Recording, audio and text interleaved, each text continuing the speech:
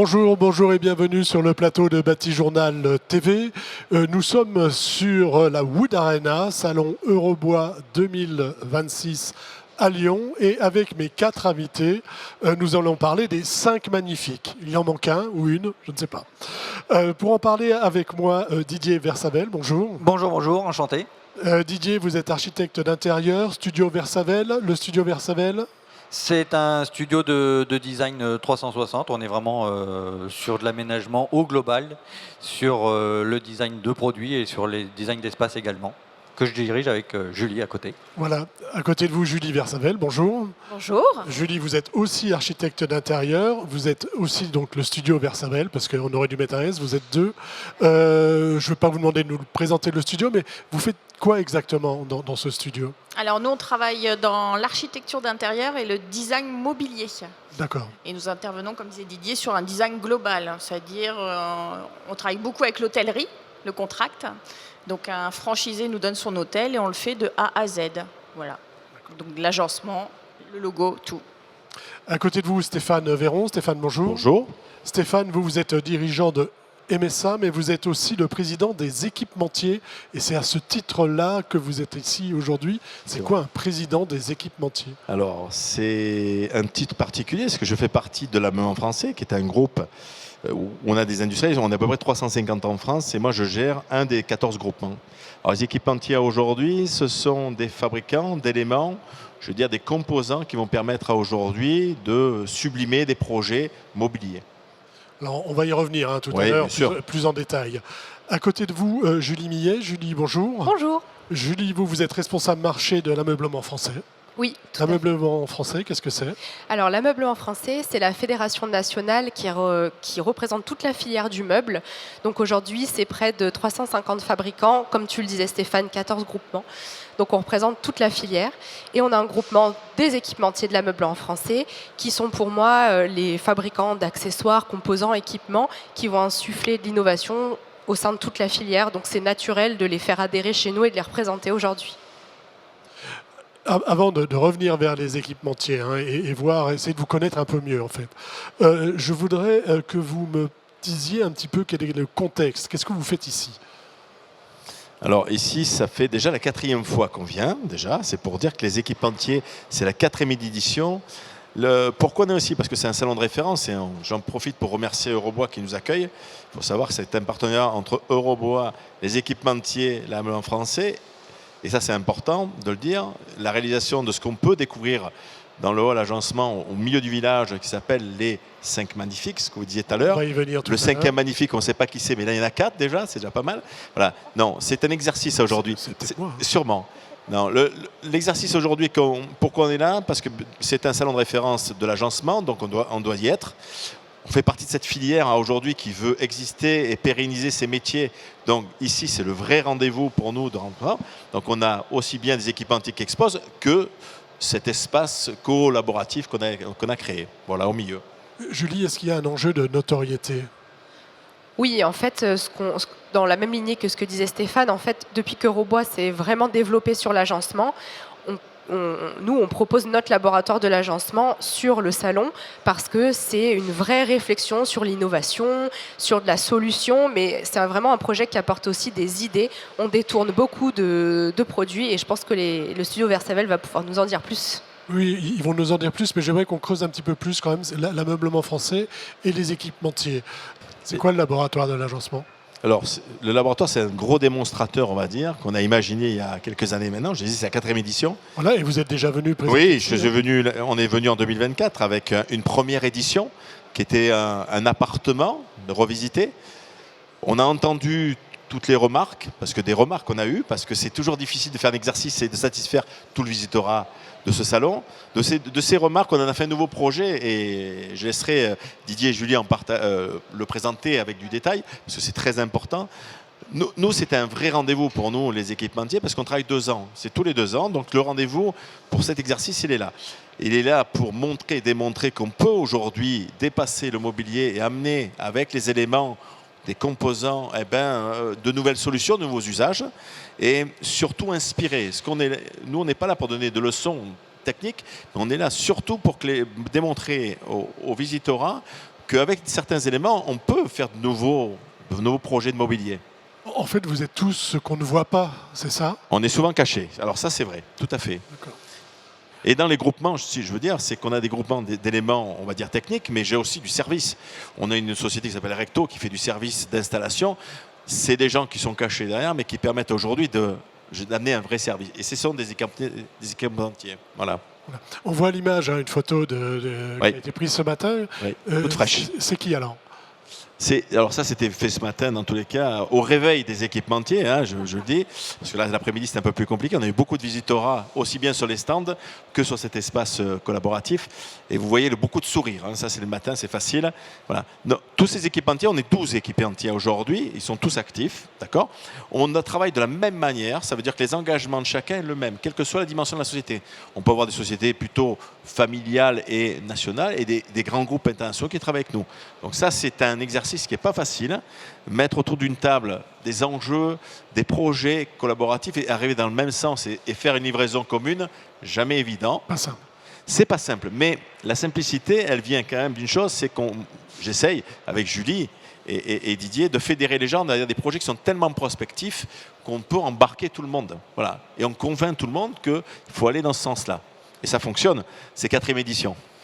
Donc c'est la 4e édition. Oui. Hein. On arrive dans une fin de cycle, hein, je crois, puisqu'il y a des élections. C'est comme les C'est municipales. C'est vrai, exactement. Est-ce que vous pouvez nous faire un petit bilan de ce qui a été fait et surtout nous dire ce que vous souhaiteriez faire si jamais vous... Si j'étais réélu, on va dire. Exactement. Alors, donc déjà, il n'y aura que 2 mandatures. Mon mandat, c'est 2 fois.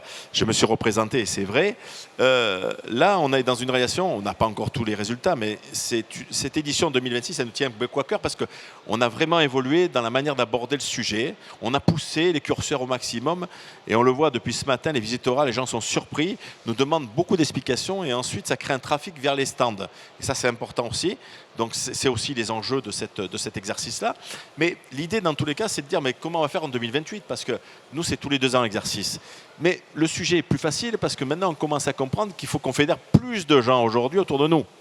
Nous, notre enjeu, c'est dans l'organisation professionnelle d'avoir d'autres groupements qui se rapprochent de nous, qui nous donneraient, je dirais, plus de moyens et plus d'enjeux au niveau technique dans tous les cas. Voilà. D'accord. Travailler avec l'ensemble de la filière finalement. Alors, peut-être pas toute la filière, toute mais la dans la filière. filière, il y a 14 groupements, il y en a au moins 5-6 sur lesquels on se rapproche. Donc ça, D'accord. c'est très bien. Vous avez des points communs. Exactement. Je me tourne vers vous. On a fait un bon tour d'horizon. C'est bien pour vous sur Oui, l'équipementier. très bien. On sait ce Pas que de souci. c'est. Ça marche. On va parler des 5 magnifiques. Oui. C'est qui? C'est quoi? Alors en fait, pour rebondir sur ce que vient d'être dit, c'est qu'en fait l'idée, l'objectif, ça va être de valoriser les savoir-faire et les 5 thématiques en fait qui sont propres aux équipementiers. Ils ont vraiment cette envie-là. Précédemment, on les avait traités de manière très architecturale et on nous a demandé de les pousser et d'imaginer encore plus loin et plus proche en fait du visitorat et du mobilier à proprement parler. Et donc on a révélé aujourd'hui 5 modules qu'on a imaginés comme 5 super-héros qui vont chacun défendre un engagement et avec un super pouvoir. On a la modularité, on va avoir le confort, le RSE, l'aide à la vente et puis j'en oublie un, c'est la modularité, je l'ai cité. Non, Non, le sur-mesure.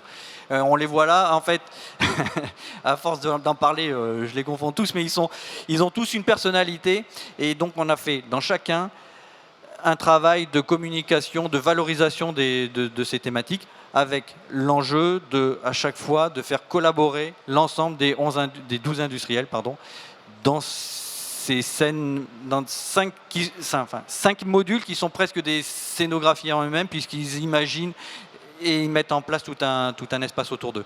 Alors on va s'arrêter sur celui-ci, ou alors sur celui-ci. le On Flex regarde Office. celui-ci. Voilà, par exemple sur celui-ci qui est assez percutant. Peut-être Julie, allez-y, expliquez-nous Je- de quoi il s'agit et comment on agrège finalement tous les équipementiers autour de ce projet.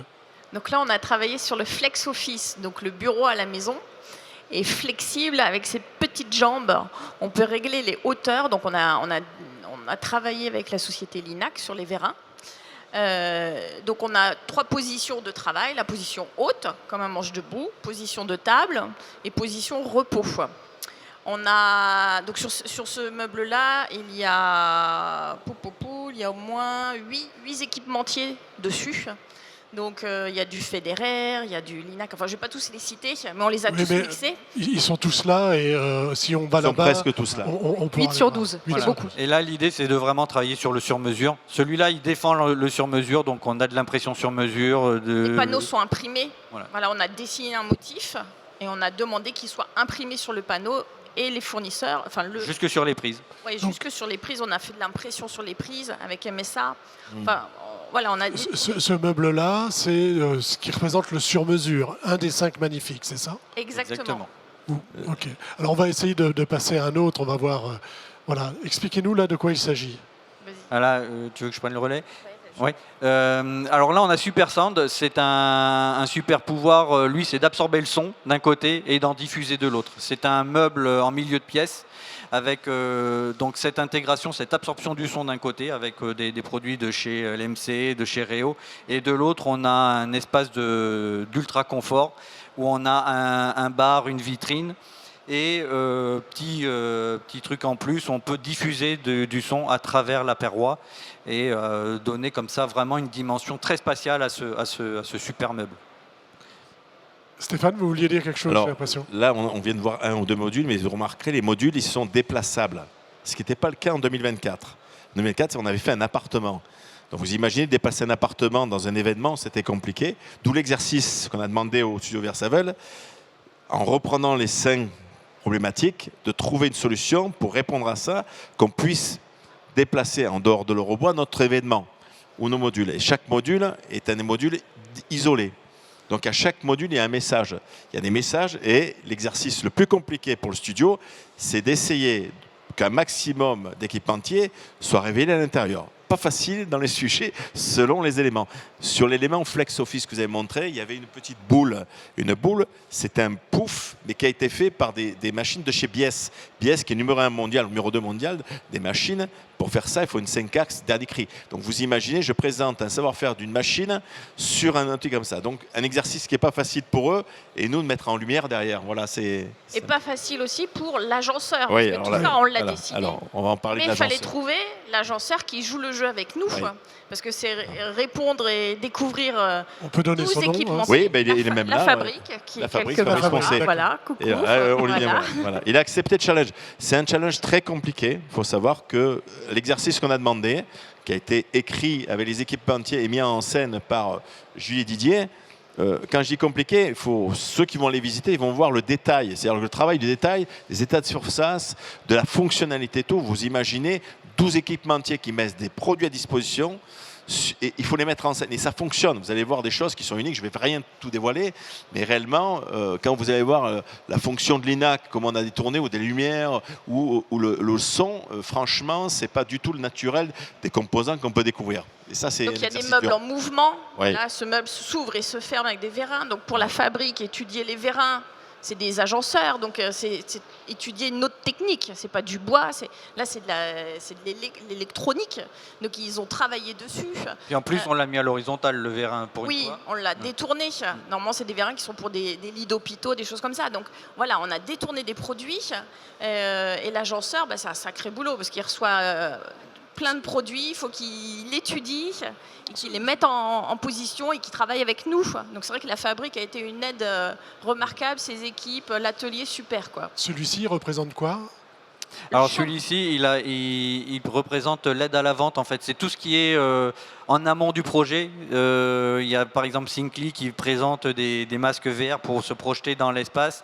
Il y a Recto qui en fait est aussi présenté avec via le grand écran. Donc il représente ça. C'est toute cette partie virtuelle qui en fait est latente dans un projet traditionnel d'agencement. En fait. Julie. Oui, moi ce que je voulais rajouter, c'est que la complexité de ce projet, c'est que nous, on missionne les Versavel pour valoriser des produits, des innovations de nos équipementiers, mais c'est aussi un projet qui doit répondre aux attentes, aux besoins de solutions des gens qu'on rencontre ici, donc des agenceurs, des architectes d'intérieur. Donc c'est vraiment un projet qui a 2 objectifs. Voilà, donc c'est assez complexe. Il faut que ça soit très inspirant. C'est pas toujours facile, mais quand on voit, et le cas de l'INAC, L'INAC, c'est quand même le numéro 1 mondial de tout ce qui est vérin. C'est énorme. Et quand les Versavel ont proposé le projet à l'INAC, ils n'y ont pas cru. Et je comprenais parce qu'on détournait la destination première du composant. Mais ils ont dit non, mais ça va se faire. Et grâce à l'agenceur, ils ont vraiment pu finaliser. Et nous, on a été bluffés quand on a découvert, comme tous les visiteurs, ce matin, des choses qui fonctionnent. Voilà. Donc on peut arriver à faire de belles choses sans que la destination soit imaginée au départ. Voilà. Vous vouliez ajouter Non, quelque chose? c'est aussi dans l'exercice, c'est ça qui est assez marrant, c'est qu'il faut imaginer des scénarios qui demain pourraient être réellement inspirants, mais au concret. C'est-à-dire qu'il ne s'agissait pas de juste pousser les curseurs dans quelque chose de très conceptuel, mais là justement on a imaginé une cuisine vraiment avec des usages. Ça, c'est la cuisine. Hein. Voilà, c'est la cuisine où on investit le vrac, c'est-à-dire que c'est un nouveau mode de consommation qu'il faut maintenant intégrer dans nos intérieurs. Et cette cuisine propose ça en plus de pouvoir être équipée avec tous les équipements qu'on a chez nos 12 industriels. Pardon. Voilà, c'est vraiment aussi ça l'objectif, c'est d'avoir des scénarios crédibles et proches de quelque chose de finalement d'assez réel. Et c'est ce qui nous a amusé encore plus. Et il faut le voir, c'est vraiment ça, c'est incroyable. quelque chose qu'on pourrait voir, alors peut-être pas la cuisine, mais dans un des hôtels, enfin si, ça peut être dans un appart-hôtel Chez vous aussi. ou chez moi, c'est des choses qui sont tout à fait fonctionnelles. Mais Exactement. ça, c'est quelque chose qui nous intéresse aussi en tant que créateurs. C'est-à-dire que c'est des solutions que nous, après, enfin même hier, puisque on a travaillé précédemment, on utilise aujourd'hui dans nos projets au quotidien avec les hôteliers pour qui on travaille. Mais ce qui est intéressant aussi dans le projet, c'est qu'aujourd'hui, un agenceur, il peut aménager une maison, il peut aménager une clinique vétérinaire, il peut aménager un hôtel. Et finalement, ce qui est intéressant aussi dans le projet, c'est que ce module, cette cuisine, on le disait, elle peut aller chez vous, elle peut aller dans un appart-hôtel. Et on s'adresse un peu à tous les marchés qu'adressent les agenceurs. C'est un des challenges du projet qui a été relevé aujourd'hui. On en revient à la visibilité qu'évoquait tout à l'heure Julie, c'est ça aussi. On n'est vraiment pas sur du B2C, ça peut être vraiment très général, du retail, de l'hospitality. C'est ça qui est assez sympa avec ce projet-là. Après, il y a une particularité, c'est que tous les éléments, les composants sont disponibles. C'est prospectif, mais c'est faisable. Donc ce qu'on présente aujourd'hui, dans les impressions qui ont été demandées par M. Vassel, qui est une nouvelle dimension pour nous décorative, c'est faisable. Donc ça veut dire qu'on peut amener aujourd'hui à dépasser ce qu'on voit sur les stands de temps en temps. Voilà, donc là, les gens, je les pousse à venir pour qu'ils découvrent les petites astuces décoratives, mais aussi fonctionnelles, voilà, qu'ils peuvent acheter, hein, c'est pas de souci, c'est disponible. Oui, ils ont juste à traverser l'allée en fait, parce Voilà. que les stands ils sont autour. Oui, c'est ça. Ah non, Oui. c'est ça. Que on a c'est central et autour on a les différents stands. Donc, Voilà, on a les retrouve. personnes, les entreprises qui ont Exactement. participé, hein, Ouais. que j'imagine que les gens qui quand même travaillent sur l'ameublement connaissent bien. Oui, tout à fait. Alors, même ceux qui ne sont pas dans le moment, il y a des boîtes très internationales, donc il n'y a pas de souci. Des boîtes plutôt nationales, mais voilà, non. Tout le monde était mis en avant, dans tous les cas, dans cet exercice-là. Un mot de la fin à chacun. Non, ravi d'avoir participé à ce projet. Est-ce qu'on aura l'occasion de les voir ailleurs? Parce que comme c'est Ah, c'est déplaçable, l'objectif. Alors, c'est l'objectif. on est sollicité, c'est clair, on n'a rien à cacher. Nous, dans tout le cas, l'engagement qu'on a avec le Robois et les équipes de Robois, c'est ici qu'on présente l'avant-projet, le projet, voilà. Et exclusivité, dans tous les cas. Si on n'avait pas d'exclusivité, on l'aurait présenté il y a 4-5 mois autre part et on a dit non. C'était très clair, notre message, parce que le travail qu'on fait avec Eurobois, les organisateurs et toutes les équipes, on construit. On a construit un partenariat, donc l'idée, c'est d'avancer. Donc chaque fois qu'on vient ici, c'est une nouveauté pour nous, c'est un vrai exercice. Donc l'avenir de ce sujet-là, il va se propager autre part. Là, on va attendre les 4 jours de restitution, parce on a vraiment travaillé aussi dans l'intégration de tous les équipementiers autour, ce qui n'était pas le cas dans l'édition 2024. On avait des équipementiers autour. Là, les 12 sont tout autour du système. Donc ça, c'est du village, on va dire, de la place du village. Le village des équipementiers. Exactement, voilà. Moi, ce que j'ai envie de vous dire, c'est qu'il y aura une suite. Et Oui. pour tout savoir, vous pouvez nous suivre sur nos réseaux, le laboratoire Voilà. de l'agencement et l'ameublement français, French Living in Motion. Voilà. Ça marche, merci beaucoup Merci d'être de l'accueil. venu sur le plateau Merci de à Bâti vous. Journal nous parler donc des 5 magnifiques. Et puis je vous invite évidemment pendant toute la durée du salon, nous sommes mardi, premier jour du salon, jusqu'à vendredi.